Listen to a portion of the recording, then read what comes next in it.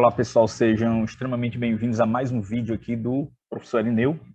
Vamos dar continuidade ao nosso preparatório para o SAEB, com mais algumas questões, ok? E vamos começar com essa questãozinha que fala sobre função do primeiro grau. A tabela seguinte mostra dois planos de pacotes de dados em megabytes de uma empresa de telefonia celular. Então, você tem aí essa tabela onde nós temos dois planos, plano A, que dá uma quantidade inicial de dados de 10 megabytes, ele tem uma assinatura mensal de R$10 e cobra um valor por megabyte adicional de 50 centavos. O plano B, ele dá uma quantidade inicial de dados de 50 megabytes, tem uma assinatura maior, né, de R$60, e cobra um valor por megabyte adicional menor, né, 30 centavos por megabyte adicional. Baseando-se nessas informações, nós podemos afirmar que, então nós temos aí 4 afirmações que vão relacionar qual desses planos ele é mais vantajoso. Tranquilo? Então, como é que a gente resolve esse problema aí, pessoal? Muito bem. Vamos montar aqui, para cada uma dessas duas situações, a fórmula que permite que a gente calcule o custo mensal para cada um desses planos, ok? Então, vou chamar aqui de PA de X, o plano A, né? Então, esse X aqui, pessoal, vai ser, evidentemente, o consumo de megabytes, ok? E a gente vai calcular qual é o custo mensal de acordo com o consumo do número de megabytes. Então, o que é que nós temos aqui? Nós temos um valor fixo, que é a assinatura, que é R$10. Então, vou botar aqui o 10. Mais, quanto é que ele vai pagar por megabyte adicional? Então, nós temos aqui, ele paga 50 centavos por megabyte adicional, só que ele tem uma quantidade inicial de 10 megas. Então, ele só vai pagar a partir do momento que ele consumir esses 10 megas. Então, a gente vai ter aqui x menos 10, né? Então, deixa eu pagar aqui. Então, vai ser x menos 10. Esse 10 aqui é o consumo que ele tem direito, então, obviamente, ele só vai começar a pagar quando esse x for maior do que 10. E ele vai pagar para cada um desse megabyte excedente 50 centavos. Então, essa é a fórmula que permite que a gente calcule o custo mensal do plano A. R$10, que é fixo, que é a assinatura mensal, mas ele vai pagar 50 centavos pelo adicional de megabyte, evidentemente que esse adicional vai ser quando ele superar os 10 megabytes que tem a quantidade inicial de dados. Vamos fazer agora a mesma coisa para o plano B. Então, eu tenho aqui PB de X, vai ser qual é o valor da assinatura mensal, R$60, isso aqui é um valor fixo, mas ele vai pagar quanto pelo excedente? Como ele tem direito a 50 mega, então ele vai pagar somente quando ele consumir 50 megas. Então, eu tenho aqui X menos 50, e ele vai pagar 30 centavos para cada megabyte excedente, ok? Se nós fizermos aqui, pessoal, um gráfico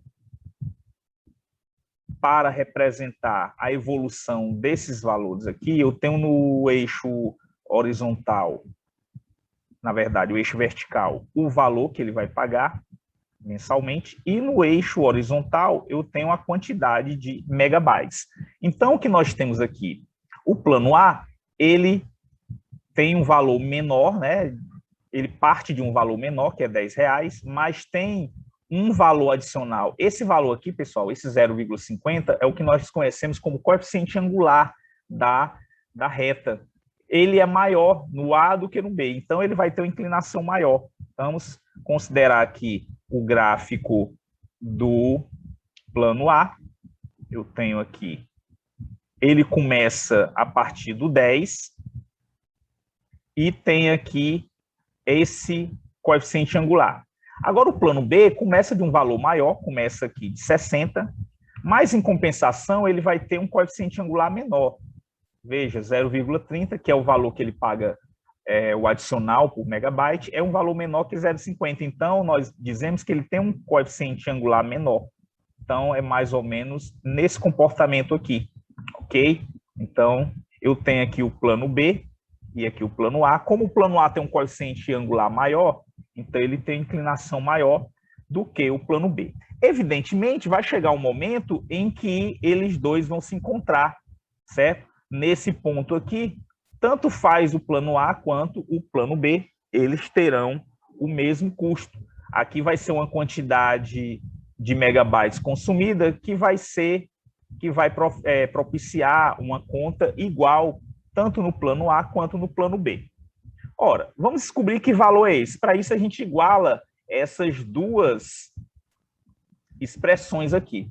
Nós vamos calcular o valor em que o P de A é igual ao P de B. P de A vai ser 10 mais x menos 10, que multiplica 0,50, que vai ser igual ao P de B, que é 60, mais x menos 50, que multiplica 0,30. Então, o que é que nós temos aqui? X vezes 0,50 dá 0,50x, ou 0,5x, é a mesma coisa. Menos 10 vezes 0,50 vai dar menos 5. Ok? Do outro lado, eu tenho esse 50, subtrair logo esse 10, pessoal. O 10 passa para lá diminuindo, então 60 menos 10 vai dar 50, ok? Mas aqui eu tenho x vezes 0,30 vai dar 0,30x, ou 0,3x. E menos 50 vezes 0,30 vai dar 15. Então, aqui menos 15, ok? Vou passar agora esse 0,3 para o primeiro membro, então eu tenho 0,5x menos 0,3x, vai ser igual a 50 menos 15, que é 35, e esse menos 5 passa para lá, mais 5. Então eu tenho aqui que 0,2x é igual a 35 mais 5, 40. Então quem vai ser o x? 40 dividido por 0,2. Isso aqui, pessoal, vai dar 200. 200 o quê? 200 megabytes. Ou seja, quando se consumir 200 megabytes, a conta do plano A vai ser igual à conta do plano B. Aí você observa que, para valores maiores do que esse 200 megabytes, o plano B ele é mais em conta, ele é mais vantajoso. Ou seja, o plano A ele é mais vantajoso para valores menores do que 200 megabytes. Então, nós temos aqui que a opção correta é o item B, quando ele diz que o plano A é mais vantajoso que o plano B para a quantidade total de dados inferior a 200 megabytes. Ou seja, para quantidades menores ou inferiores a 200 megabytes, o plano A, que é esse que está aqui embaixo, ó, ele é menor do que o plano B. A partir de 200 megabytes, o plano A ele já se torna mais caro, ok? Então, a opção correta aqui que nós temos é o item B. O plano A é mais vantajoso que o plano B para a quantidade total de dados inferior a 200 megabytes. Tranquilo, pessoal? Esse tipo de questão aqui é bastante comum em problemas de assinatura e também para exemplo de questões que tratam de corridas de táxi, né, que tem um determinado valor por bandeirada, por quilômetro, melhor dizendo, e tem parte de um valor fixo. Então, é um problema bastante comum de vocês encontrarem aí em avaliações, em concurso, e o raciocínio basicamente é esse. Você monta a expressão que dá o custo fixo mais o custo variável, e essa expressão, em geral, é uma função do primeiro grau, cujo gráfico é uma reta. Aí você pode comparar as duas retas de acordo com o coeficiente angular. Lembrando que quanto maior o coeficiente angular, mais verticalizada deve ser a reta, ok? Quanto menor o coeficiente angular, mais próxima do eixo horizontal deve ser a reta. Tranquilo, pessoal? Vamos para a próxima questão. A questão diz o seguinte: sabe-se que a distância real em linha reta de uma cidade A, localizada no estado de São Paulo, a uma cidade B, localizada no estado de Alagoas, é igual a 2.000 quilômetros. Um estudante, ao analisar um mapa, verificou com sua régua que a distância entre essas duas cidades, A e B, representadas no mapa era 8 centímetros. Os dados nos indicam que o mapa observado pelo estudante está na escala de... Então, nós temos aí 5 opções. Essa questão, evidentemente, fala de escala.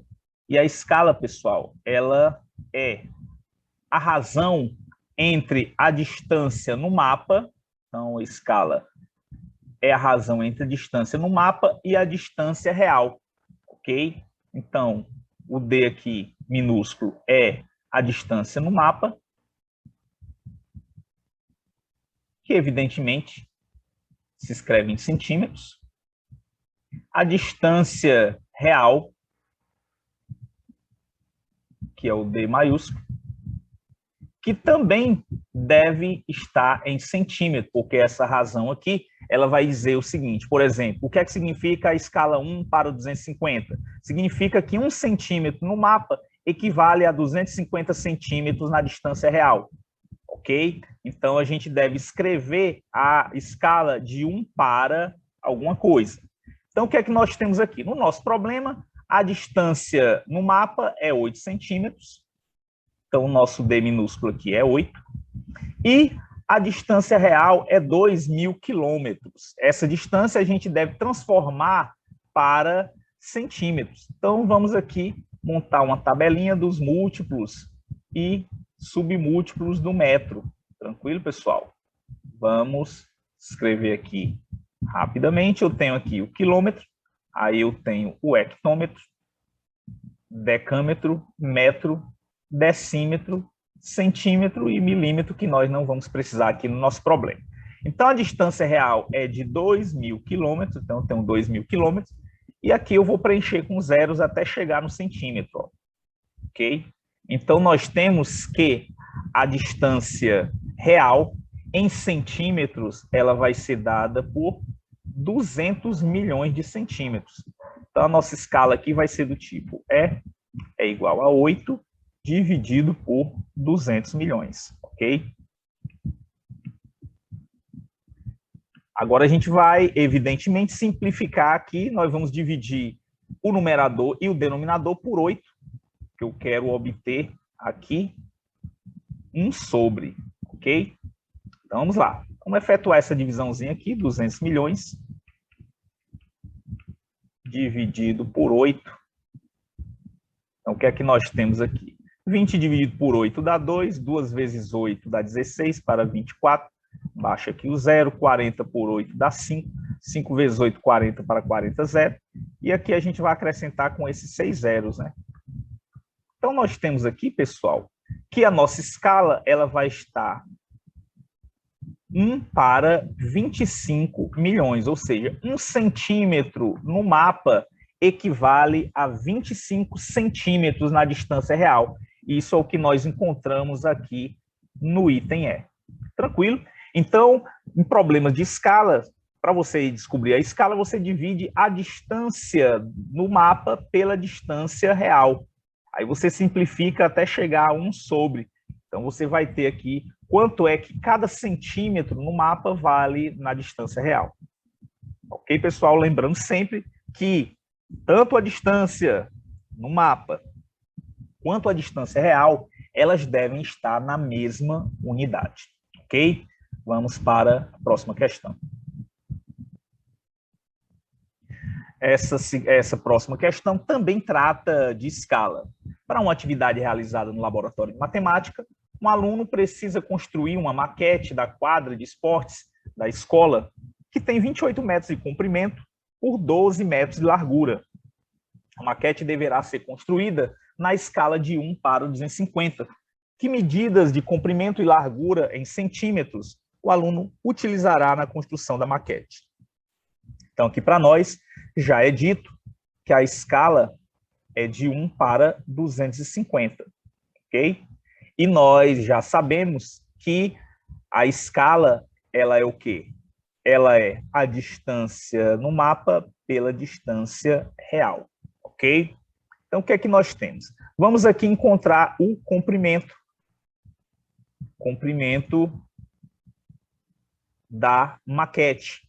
Então, a gente vai usar aqui o comprimento real, que é de 28 metros, Logo, se nossa escala é de 1 para 250, a nossa distância da maquete vai ser D sobre 28 metros, pessoal. Como cada metro vale 100 centímetros, a gente multiplica isso aqui por 100, é a mesma coisa e acrescentar 2 zeros. Então, quem vai ser aqui o nosso D vai ser 2.800 dividido por 250, que é o equivalente a 280 por 25. Vamos efetuar aqui essa divisão, 280 por 25. 28 por 25 dá 1 vezes 25, 25 para 28, 3. Baixa aqui o 0, 30 por 25 dá 1. 1 vezes 25 dá 25 para 35. Baixa o 0 aqui. E a vírgula, 50 dividido por 25 dá 2. 2 vezes 25, 50 para 50, 0.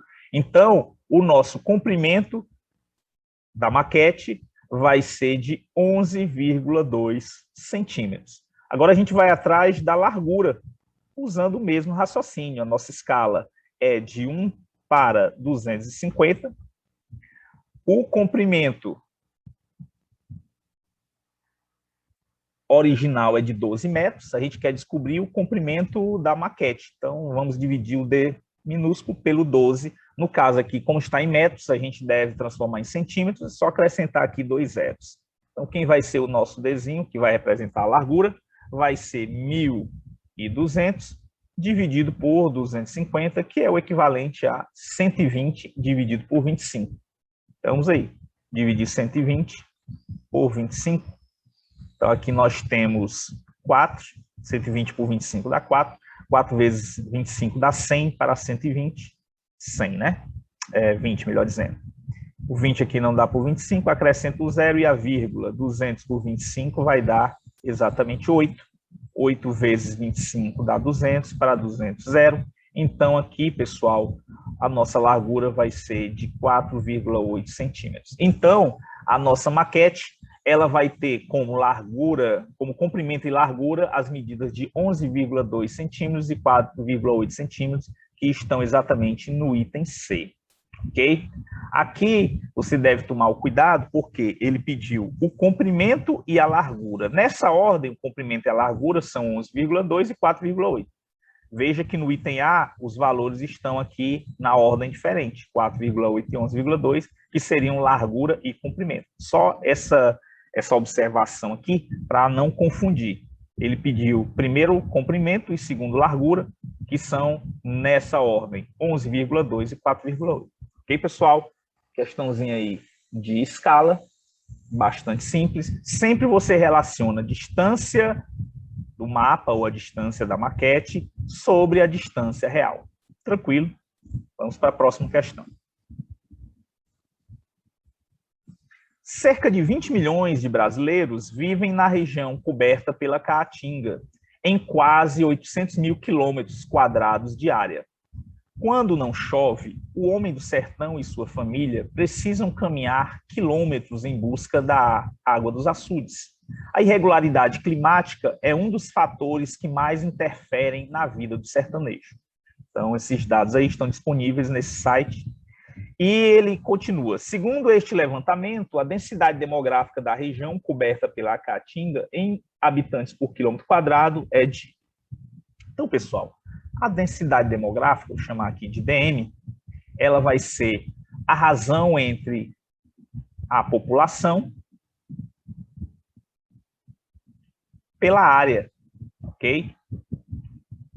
População, no caso aí, vai ser o número de habitantes e a área em quilômetros quadrados. No caso aí do problema, nós temos que a população é de 20 milhões, então nós temos aí 20 milhões, e a área é de 800 mil quilômetros quadrados. Então, 800 mil quilômetros quadrados. Então, vamos efetuar essa divisão aí, cancelando logo aqui esses zerinhos aqui e mais 2 zerinhos aqui. A gente vai ter 200 dividido por 8. Ok? Quanto é que dá? 200 dividido por 8, fazendo aqui rapidamente. 20 por 8 dá 2, 2 vezes 8, 16 para 24. Acho 0, 40 por 8 dá 5. 5 vezes 8, 40 para 40, 0. Então, aqui nós temos 25. No caso, o quê? habitantes por quilômetro quadrado. Então, é muito simples calcular a densidade demográfica, né? Nós temos aqui a população dividida pela área, no caso aí, 20 milhões dividido por 800 mil, que vai nos dar uma densidade demográfica de 25 habitantes por quilômetro quadrado, que é o que nós temos aqui no item B. Tranquilo, pessoal? E vamos para a próxima questão. O número mensal de passagens de uma determinada empresa aérea aumentou no ano passado nas seguintes condições. Em janeiro foram vendidas 33 mil passagens, em fevereiro 34.500, em março 36 mil. Esse padrão de crescimento se mantém para os meses subsequentes. Quantas passagens foram vendidas por essa empresa em julho do ano passado? Então, vamos aqui, mais uma vez, montar uma tabelinha para apresentar a evolução desses valores, ok? O que é que nós temos aqui? Temos aqui em janeiro, fevereiro, março, abril, maio, junho e julho. Então, é dito que em janeiro nós tivemos aqui 33 mil passagens vendidas, em fevereiro 34.500, em março 36 mil, e ele diz que esse padrão de crescimento se mantém para os meses subsequentes e quer saber quantas passagens foram vendidas em julho do ano passado.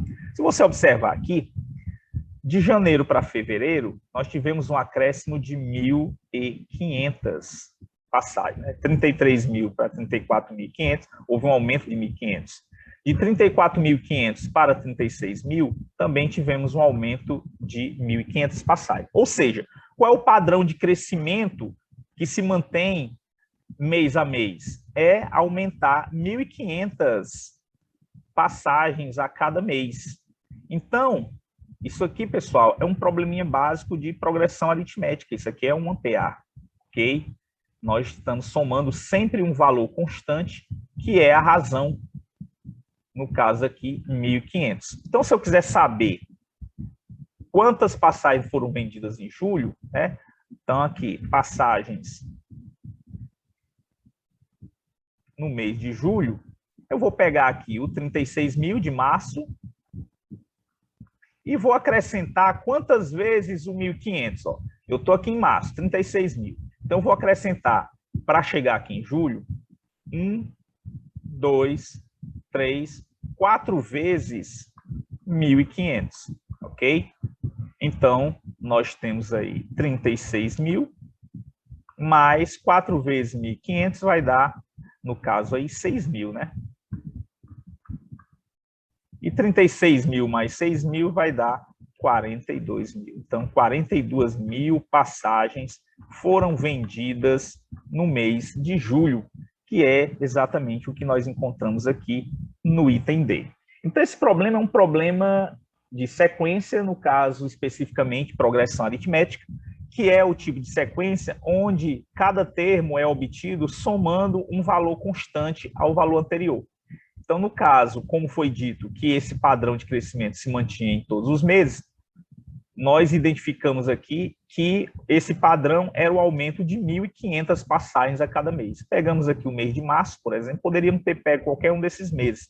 Pegamos aqui o mês de março e nós sabíamos que o número de passagens para cada mês ia aumentar 1.500. Então, para chegar aqui em julho, a gente aumentou 1, 2, 3, 4 vezes 1.500, ou seja, 6 mil passagens foram aumentadas nesse período, totalizando, então, 42 mil passagens no mês de julho.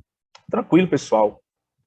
Então, chegamos ao final desse vídeo, onde nós resolvemos algumas questões preparatórias para o SAEB. Espero que vocês tenham apreciado. Qualquer dúvida, deixem aí nos comentários, que a gente procurará esclarecer em breve.